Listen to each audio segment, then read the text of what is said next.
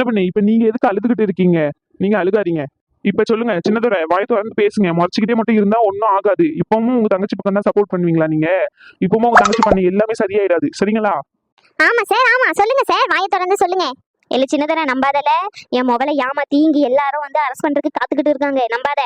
ஏம்மா நீ எல்லாம் ஒரு பொம்பளை தானா? உனக்கு மனசாட்சின்னு இருக்கா இல்லையாமா? ஒரு மாசமா இருக்க பொண்ணு இவ்வளவு கொடுமைப்படுத்திருக்கீங்க, அதை நாங்க எடுத்து சொல்லிக்கிட்டு இருக்கோம். நாங்க போய் சொல்றோம்னு சொல்லிட்டு இருக்க. இங்க பாருங்க, தேவையில்லாமலாம் பேசிக்கிட்டு இருக்காதீங்க சரிங்களா? உங்க வேலை என்னமோ அதை மட்டும் பாருங்க. ஓஹோ அப்படியா? சரி சரி கனகா, நம்ம வேலை என்ன? அவளை அரெஸ்ட் பண்றதா நம்ம வேலை. நம்மளுக்கு தேவையான ஆதாரம் எல்லாமே இருக்கு. அவளை கூட்டிட்டு வா, நம்ம போவோம். என்ன மச மசம் நின்னுகிட்டு இருக்கா? சொல்லு, இது எங்க குடும்பத்து விஷயம், நாங்க பாத்துக்கிறோம். வாயை திறந்து சொல்லுல. என்ன என்னனே என்ன அரசு பண்ணி கூட்டிட்டு போறேன்னு சொல்றாங்கண்ணே.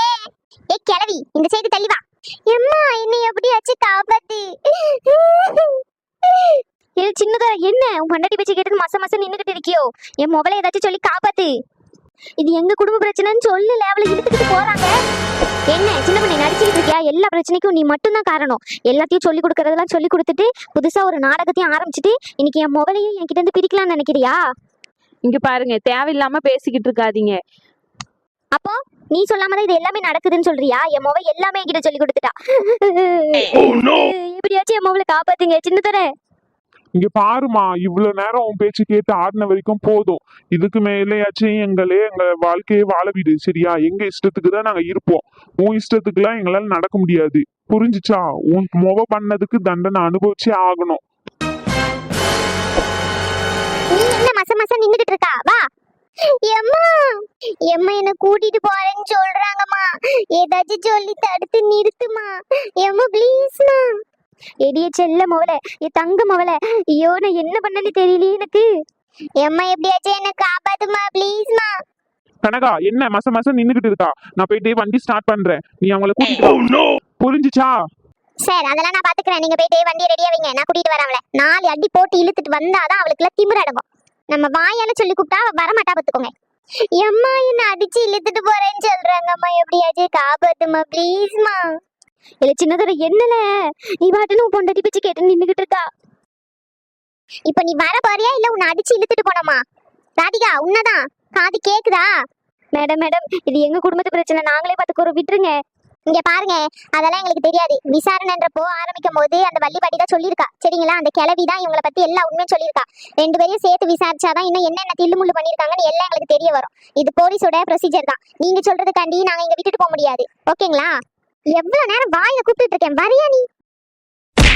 அம்மா நான் பெத்த செல்லமே, என் கண் முன்னாடி இப்படி அடிக்க வைக்கிறாங்களே எல்லாரும் சேர்ந்து, நான் என்ன பண்ணுவேன்? ஏம்மா எப்படியாச்சும் என்ன காப்பாத்துமா. இவ இங்கேயே இப்படி அடி அடிக்கா. போலீஸ் ஸ்டேஷன் கூட்டிட்டு போனான்னு வச்சுக்கோ, அடி வெளுத்துருவாமா. ப்ளீஸ்மா என்ன எப்படியாச்சும் காப்பாத்துமா. எங்க ஓடுற? வா. ஏம்மா எப்படியாச்சும் என்ன காப்பாத்திருமா. ஏ செல்ல மொவல, நீ போ, இந்த பின்னாடியே வா உங்க அண்ணனை கூட்டிக்கிட்டு. ஏம்மா அவ அண்ணி பேச்சு கேட்டு ஆடுறா, அவளே சும்மா விடாத. எல்லாத்தையும் நான் பாத்துக்கிறேன்டி. ஏ சின்னதர என்னல நினைச்சுக்கிட்டு இருக்கா? என் மொபைல போலீஸ்க்கு அரெஸ்ட் பண்ணி கூட்டிட்டு போகுது, நீ உன் போக்குல அமைதியா நின்னுகிட்டு இருக்கா. நானும் என் மொபைல உன்கிட்ட எவ்வளவு கெஞ்சுன்னு கெஞ்சிரும், நீ மதிக்கலையா எங்களை? ஏமா உன் பொண்ணு பண்ணதுக்கு இதெல்லாம் தேவைதான், சரியா? இனிமே எங்க விஷயத்துல நீங்க தலையிடாதீங்க, சொல்லிட்டேன். இங்க பாருல சின்னதர, இவ இருக்கிறதுனாலதான் இவ்வளவு பிரச்சனையும். ஒழுங்கு மரியாதையை கூட்டிட்டு போயிட்டு அவ அம்மா வீட்டுல வச்சுட்டு வா எப்பவுமே. ஏமா நீ சொல்றதெல்லாம் கேட்டு நடந்தது வரைக்கும் போதும்.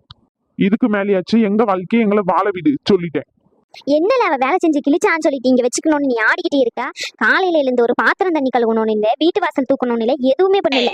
பார்த்தாலும் எனக்கு இது முடியல அது முடியலன்னு உட்காந்து தின்னுகிட்டு இருக்காளே தவிர ஒரு வேலை பார்த்த பாடி இல்ல. இவளை வச்சு இன்னால வேலை செஞ்சுக்கிட்டு இருக்க முடியாது. இவளை கூட்டிட்டு போயிட்டு ஒழுங்கு மரியாதை அம்மா வீட்டுல வச்சுட்டு வா. ஏம்மா அந்த அளவுக்கு நான் ஒன்னும் கையால் ஆவதவே இல்லை.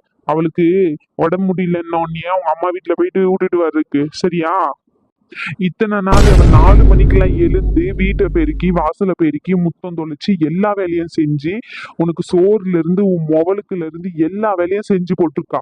அப்பெல்லாம் அவளை பத்தி உனக்கு தெரியலையா? இத்தனை நாள் என்ன நீ அதுக்கெல்லாம் சம்பளமா கொடுத்து அவளுக்கு? சொல்லுமா, வைய தொடர்ந்து சொல்லு. சரிப்பா சரி, நீ உன் பொண்டாட்டி கிட்ட அவகிட்டயே கால் மாட்டிலேயே கடந்துக்கிட்டு அவகிட்ட சேவகம் செஞ்சுக்கிட்டு இரு. ஆனா நான் ஏன் அவளுக்கு சேவை செய்யணும்னு சொல்லிட்டு என்ன அவசியம் இருக்கு? நான் என் பொண்ணு தேடி போறேன், சரியா? சரிம்மா சரி, போயிட்டு வா, உன் பொண்ணு வீட்லயே போயிட்டு இரு. ஆ நான் ஏன் என் பொண்ணு வீட்டுக்கு போயிட்டு இருக்கணும்? என் புருஷன் எனக்காண்டி இவ்வளவு பெரிய வீட்டை கட்டி போட்டுட்டு போயிருக்கான். நான் இவ்வளவு சொத்து சுகத்தை விட்டுட்டு நான் போகணுமா? யாரால வீட்டை விட்டு வெளியே போக சொல்ற? இது என் புருஷன் சம்பாதிச்சு போட்ட சொத்து, வீடு எல்லாமே என் புருஷன் மட்டும் சொத்து. நான் இங்கதான் இருப்பேன். நீயும் பொண்டாட்டி இப்பவுமே கிளம்பணும்னு சொல்லிட்டேன். எம்மா என்னடா அம்மா சும்மான்னு சொல்லிக்கிட்டு, என்னைக்கு நீ இந்த வீட்டை விட்டு என்ன விரட்டணும்னு நீ நினைச்சியோ அப்பவே நீயும் பொண்டாட்டி இந்த வீட்டுல இருந்து வெளியே போங்கடா சொல்லிட்டேன். எம்மா என்ன சாதாரணமா வீட்டை விட்டு வெளியே போன்னு சொல்ற? இந்த வீட்டுக்காக நான் உழைக்கவே இல்லையா? இந்த வீட்டுக்காக நான் பாடுபடவே இல்லையா? அதேங்கப்பா உழைச்சி தள்ளிட்டு 2 கட்டு போயிட்டாங்கல்ல விளக்க மாத்து கட்டைகளா. நீங்க எங்க அவங்க கிட்ட சண்டைக்கு போயிட்டு இருக்கீங்க? போயிடுங்க. ஏட்டி போதும் நிறுத்து. உன் அடிப்பெல்லாம் வேற யார்கிட்டயாச்சும் வச்சுக்கோ, என் கிட்ட வேண்டாம். கட்டிக்கிட்டு வந்த நாள்ல இருந்து ஒன்னொன்னா சொல்லி கொடுத்துதான் இந்த நிலைமைக்கு கொண்டு வந்து வச்சிருக்க. சம்பாதிக்கிற சம்பாதித்த என் கிட்ட தான் எடுத்துட்டு வந்து என் முதல்ல கொடுப்பான். ஆனா நீ வந்த நாள்ல இருந்து ஒரு நாள் என்கிட்ட கொடுத்த பாடு இல்ல. ஏன்ட்ட இப்படி பொய் சொல்றீங்க? இந்த மாசம் சம்பளம் கூட உன் மகளுக்கு தானே வாங்கி கொடுத்தாங்க.